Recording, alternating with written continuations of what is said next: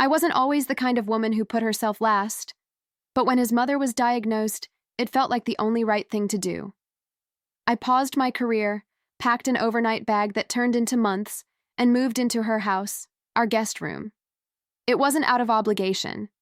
It was love. A quiet, steady love that cooked her meals, cleaned her sheets, and held her hand when the pain got too loud. I believed this was what families did, what partners did. The house was always so still. Just the hum of the refrigerator and the ticking clock in the hallway. He visited when he could, or so he said. But I was the one bathing her, brushing her hair, wiping her tears during the long, aching nights. Funny, she never really liked me before. But little by little, she started letting me in. A half smile here, a quiet thank you there. I thought we were healing more than just her body. And through all of it, I told myself we were growing stronger. That he and I were becoming something deeper, a team, forged in crisis. He'd text me late. "Too tired tonight, babe. Love you." I'd believe him. I wanted to. I clung to the idea that my devotion wasn't just for his mother, but for us.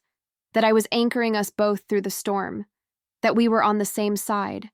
But sometimes, in the quiet, doubt would creep in. It started with little things. How quickly he left after saying hello. How rested he always looked. How the excuses never changed, just recycled. I pushed those thoughts away, buried them beneath warm soup and pain meds. I told myself I was building something real, something sacred. I didn't realize, not yet, that I was just covering for his escape. Some nights I'd find myself standing in the kitchen long after she'd fallen asleep, staring at the dark window, wondering if he'd come by unannounced, wondering if he even remembered what it looked like when I was exhausted too. I missed the way he used to check in on me, even with just a touch. Now it was mostly silence or small talk. He'd ask how she was doing, never how I was holding up. I didn't expect praise. I didn't need grand gestures, but I did hope he'd see me, see what I was giving, not just to her, but to us. I used to think marriage was a shared weight, a kind of synchronized leaning. But more and more, it felt like I was the only one holding the roof up while he stood somewhere else, untouched by the storm. Still, I kept going. I told myself this was a season, not a sentence. Her moments of lucidity were rare, but when they came, they caught me off guard. One afternoon, as I was adjusting her blanket, she looked up at me, really looked, and said, "You're a good girl." Just that. No frills, no long speech, but it hit harder than I expected. Maybe because she'd never said it before. Maybe because I needed someone, anyone, to notice that I was trying. And I was trying. To make a home where grief lived, to be a wife where loneliness bloomed, to hold a family together even when I was the only one in the room. I thought love was sacrifice, and maybe it is. But there's a line, I think. A point where giving turns into erasing. I didn't know it then, but I was already disappearing from his story, while becoming the only thing holding his families together. The days blended into each other. Painkillers at 7, soup at noon, tears after sunset. I stopped checking the calendar. I didn't have time to miss my old life, because I was too busy trying to keep this one from falling apart. When friends asked how I was, I'd smile and say, "Hanging in there," even though I couldn't remember the last time I slept through the night without jumping at a cough or a creak in the hallway. He called less often, and when he did, he spoke like someone narrating a life he wasn't really living. Busy day at work, late meeting, "You're amazing, babe." All delivered like clockwork, like a script. I used to live for his voice. Now it felt like background noise, familiar, but disconnected. I'd stare at the phone after hanging up, wondering where exactly he was when he said those things, and who he was saying them near. She started calling for me in the night. Not him, never him. And I always came. Sometimes with water, sometimes just to hold her hand until the shakes passed. I didn't resent her. In a strange way, I began to love her, not for who she had been, but for who she let me be in those moments, needed, trusted, seen. More than I could say about the man whose name was still on the deed. Looking back, I think I believed I was proving something. proving that I could be loyal, even when things got ugly. That I was the kind of woman who stayed. I thought he'd look at me one day and finally understand that everything I did for us. I thought I was building trust. I didn't know I was covering for his escape. It started with something so small I almost missed it. I was doing laundry, sorting through his pile of shirts and pants like I always did, checking pockets before tossing them in. That's when I found it. A receipt.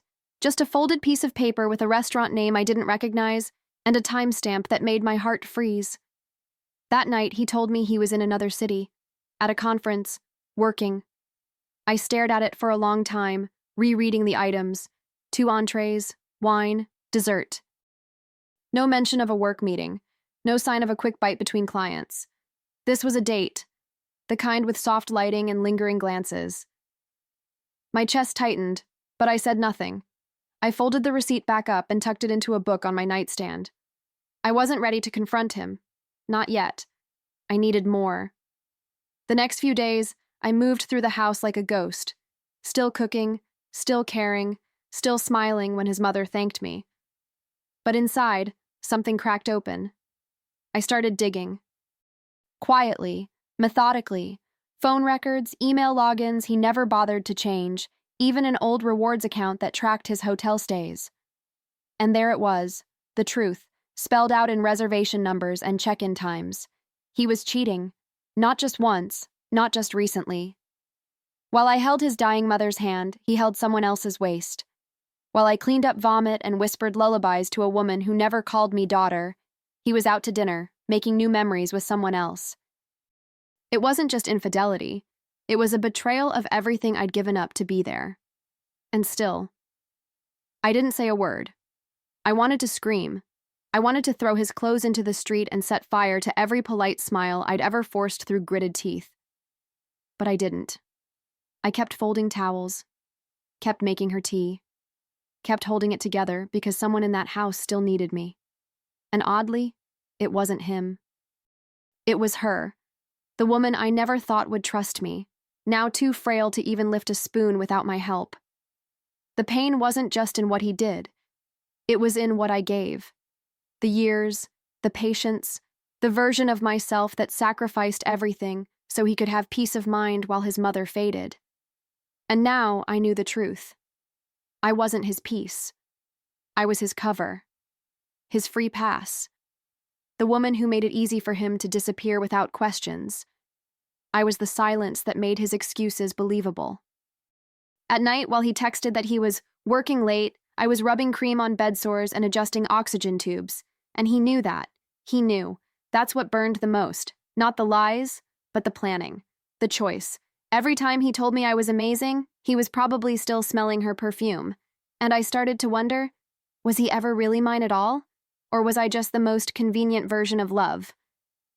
There were moments I thought about confronting him. About hurling the receipt in his face, showing him the screenshots and the printed records. But I didn't want to fight.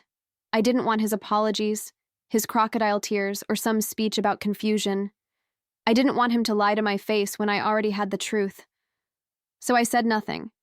I simply tucked the proof into a folder and started planning something else entirely. Every morning after that felt different.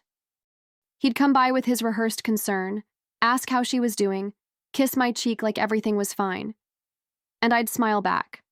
I'd nod, update him on medications and meal plans, play the part I'd always played.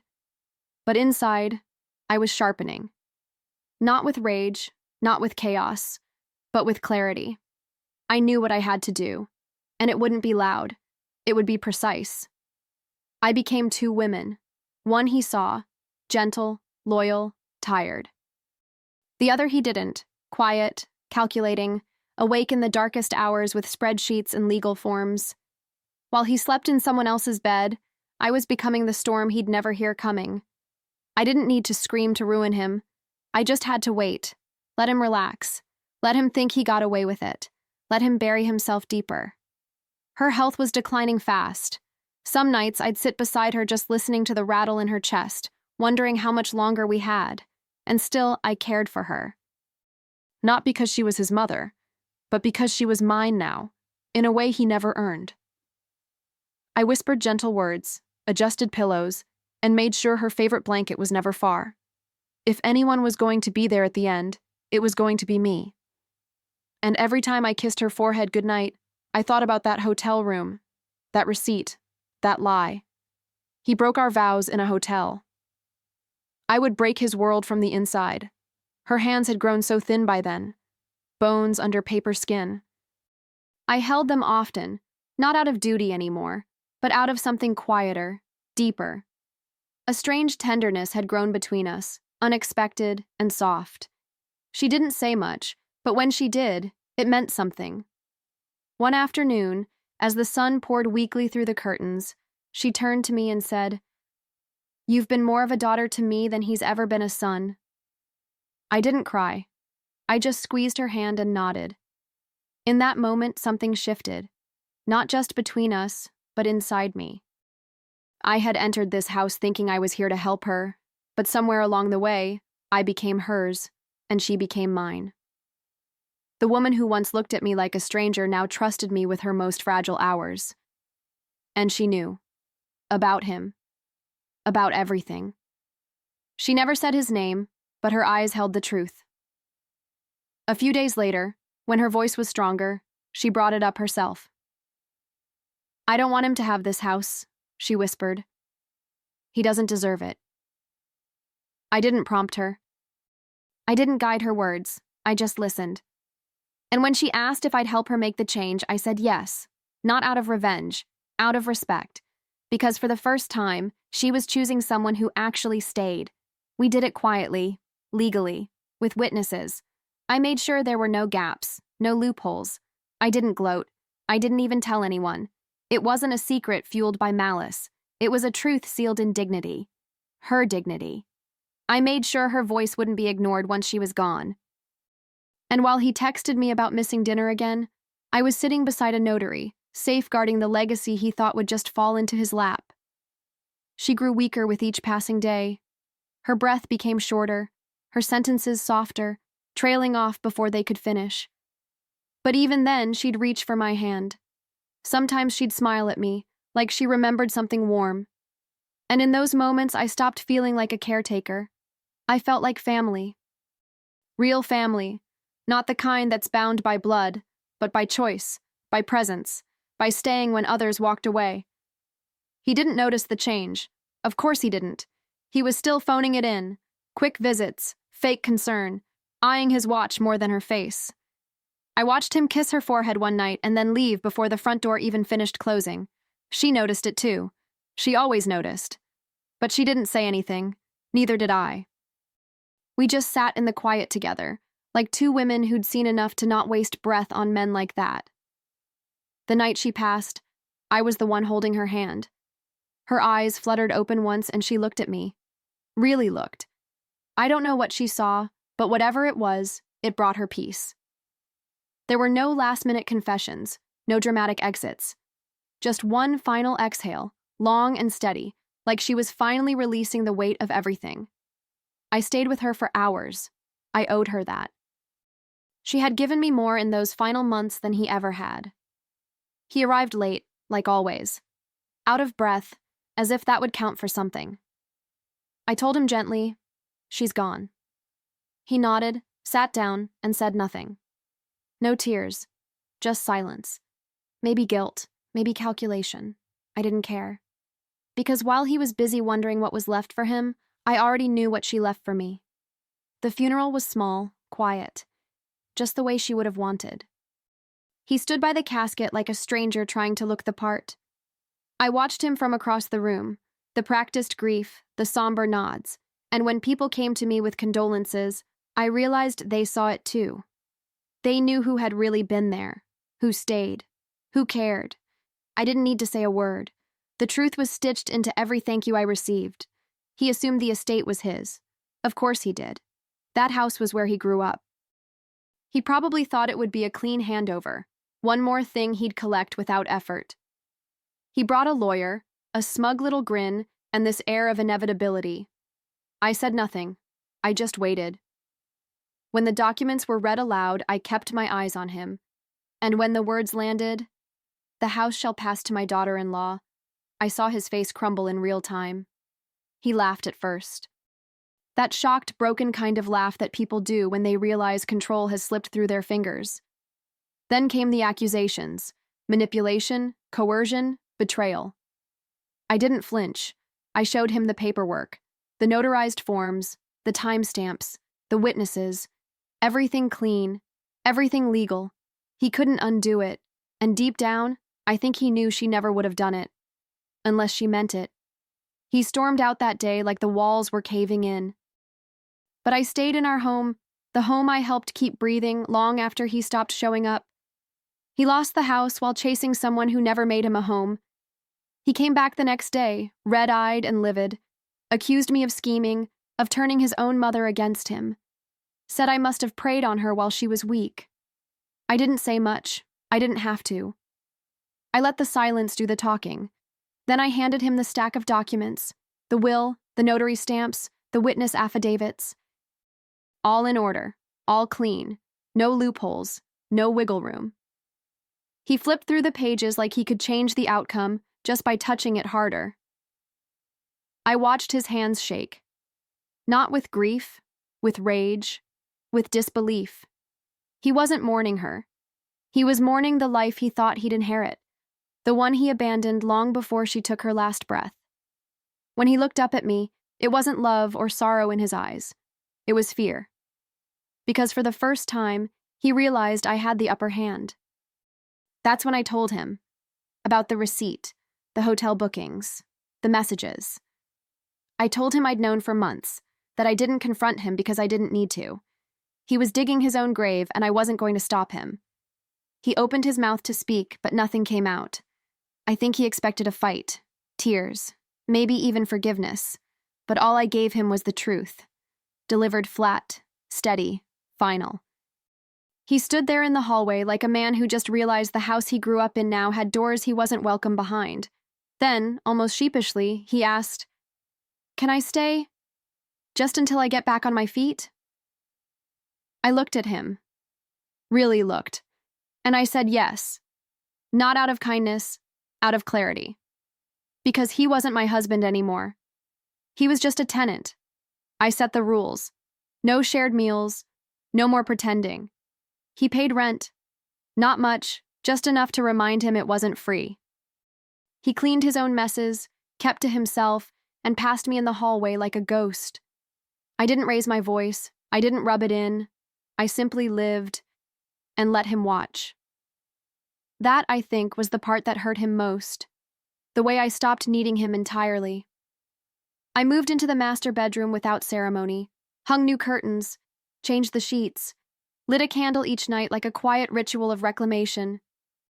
He took the guest room, a space he once breezed through without a second glance, now the only corner of the house that would take him. He didn't say a word when I labeled it. "Guest room," I wrote on a small wooden plaque by the door. He stared at it for a long time. He tried to be civil at first, offering help with groceries, asking if I needed anything. I shut it down gently, but firmly. "No, thank you," I'd say. That was the line. I wasn't angry. Not anymore. I was something colder. Sharper. I was done performing softness for someone who only responded to silence. And every time he shuffled past me, I knew he felt it. The weight of everything he lost, without a single scream from me. Nights were the strangest. I'd lie in bed listening to the muffled sounds of him pacing the floor or watching TV with the volume low. Sometimes I imagined what he thought about in those hours.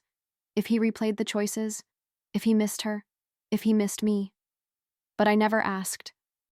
I didn't need answers. I already had the only one that mattered. He made his choice. And now, he was living in it. Some mornings I'd hear him hesitate outside the kitchen, like he wasn't sure if he should walk in while I was making coffee. I never said he couldn't, but he always waited, until I was gone or nearly done. That house, once his birthright, had reshaped itself around new rules. Mine. I didn't have to raise my voice or slam doors. I just existed differently, freely. That was the shift. I no longer moved around him. He moved around me. We barely spoke. There wasn't much to say. The few times our eyes met, I saw something unfamiliar in him. Not regret, not exactly. Something more like recognition, as if, for the first time, he was seeing me clearly. Not the girl who followed him into his world, not the woman who served quietly at his mother's bedside, but someone entirely new, someone he never thought I could become. He still tried to explain himself sometimes, starting sentences and letting them die in the air. Or, if things had been different, I never interrupted. I just let the silence answer for me. He had said enough in hotel rooms and text messages. He had written the ending long before I ever picked up the pen. Now he was just living in the margins, and every night he'd walk past the master bedroom, my bedroom, and into the small windowless room down the hall. No photos, no warmth, no welcome. Just a mattress, a lamp, and a door that no longer opened to anything that belonged to him. He walks past the room I sleep in, the master bedroom, and into the guest room, his room. Months went by. The house began to feel like mine in a way it never had before. I painted the living room a soft sage green, replaced the old curtains with linen ones that let in the morning light, donated things that weren't mine, and never felt like they belonged. It was healing in a way, not loud or dramatic, just small decisions that stitched me back together, room by room, lamp by lamp. I started working again, part-time at first, then more. The rhythm of my days changed, morning coffee on the porch, quiet evenings with books and music. He stayed in his corner, lost in the ruins of his own design, still jobless, still waiting for something to rescue him. He had no idea that I'd already rescued someone, me. That every breath I took now was one step further from the woman who once begged for his time. He tried to reconnect once or twice, left little notes on the counter. Hope your day goes well. Want to talk? I didn't respond. Not out of spite.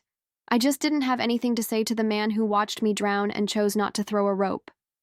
And in the quiet of my rebuilt life, I started to feel something I hadn't in years. Peace. Not the kind he promised, but the kind I found on my own. Then one morning, I placed a letter outside his door. A formal notice, 30 days to vacate. I had spoken to a lawyer, drawn the line, and sealed it in ink. The house was mine, in paper, in presence, in energy. And I was done hosting ghosts. He lingered in the hallway with the envelope in his hand, like it might burst into flames if he opened it. He didn't knock. He knew it was final. He avoided me for 2 days after that. I heard him pacing at night, the floors creaking beneath his guilt. I imagine he thought I'd change my mind, that maybe I'd soften, like I always used to.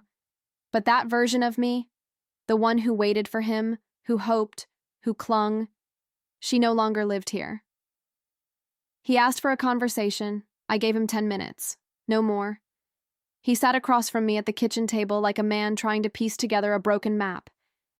I've been thinking, he started, maybe we could try again? His voice cracked on the word again like it hurt to say. I didn't flinch. I sipped my tea. I'd rehearsed this moment in my head 100 times, but now that it was here, I didn't feel rage. Just clarity. Cold, sharp, and clean. He reached for my hand. I didn't give it. I know I messed up, he said. But maybe we can rebuild. Maybe we can go back to how it was. I almost laughed, not out loud, but inside, where the irony stung sweetest. Back to what? To me holding up a life for two while he lied his way through hotels and handholds? To late-night silences filled with blame and neglect? That wasn't love. That was survival. And I'd already chosen to live. I leaned back and looked him in the eye. I did rebuild, I said quietly. I rebuilt me. That was the truth. I didn't burn our life down. I simply stopped patching the holes he made. And now, what was left didn't need him. He looked at me like he didn't recognize the woman across from him. And he didn't. Because for the first time, I wasn't begging to be loved. I was deciding who stayed. The 30 days passed quicker than he expected. He didn't pack until the final week, dragging boxes half-heartedly through the hallway like a man carrying his own consequences. I watched without comment. There was nothing left to say. His bags were full of clothes and regrets, and none of it belonged here anymore. He stood by the front door on his last morning, hoping, I think, that I'd stop him. I didn't. He asked one last time if I was sure, if there was really no chance. "You're throwing away everything we had," he said. But he was wrong. He threw it away, slowly, carelessly, and with both hands. I had only gathered what was left, sorted what mattered, and let the rest go. And now, I was free. Not angry, not bitter. Just free. He walked down the steps with his head low. I closed the door behind him, quietly. No slam, no final word. Just a lock turning and a silence that felt like oxygen. I stood in the center of the living room, my living room, and breathed in the stillness. The weight that had lived in the walls was gone. In its place was something light, something new, something mine. He lost me while I was saving his mother. Now I own the house, the peace, and the silence he sleeps in.